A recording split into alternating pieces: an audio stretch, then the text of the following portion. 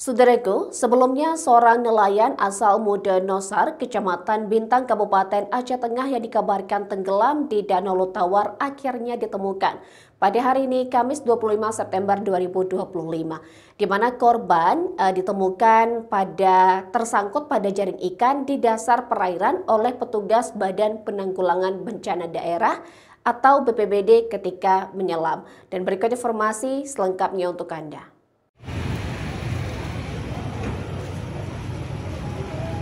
Saudaraku, Supiandi, seorang nelayan asal Muda Nosar, Kecamatan Bintang, Aceh Tengah yang dilaporkan tenggelam akhirnya ditemukan oleh tim pencarian.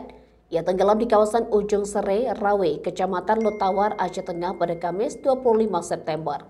Korban ditemukan tersangkut pada jaring ikan di dasar perairan oleh petugas Badan Penanggulangan Bencana Daerah atau BPBD Aceh Tengah yang melakukan penyelaman menggunakan peralatan tabung oksigen.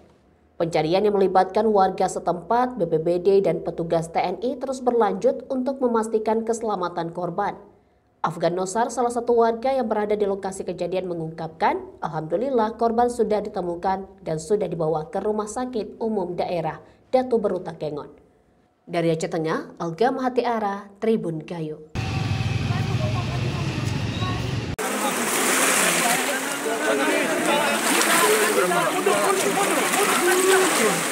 Go, go, go, go, go.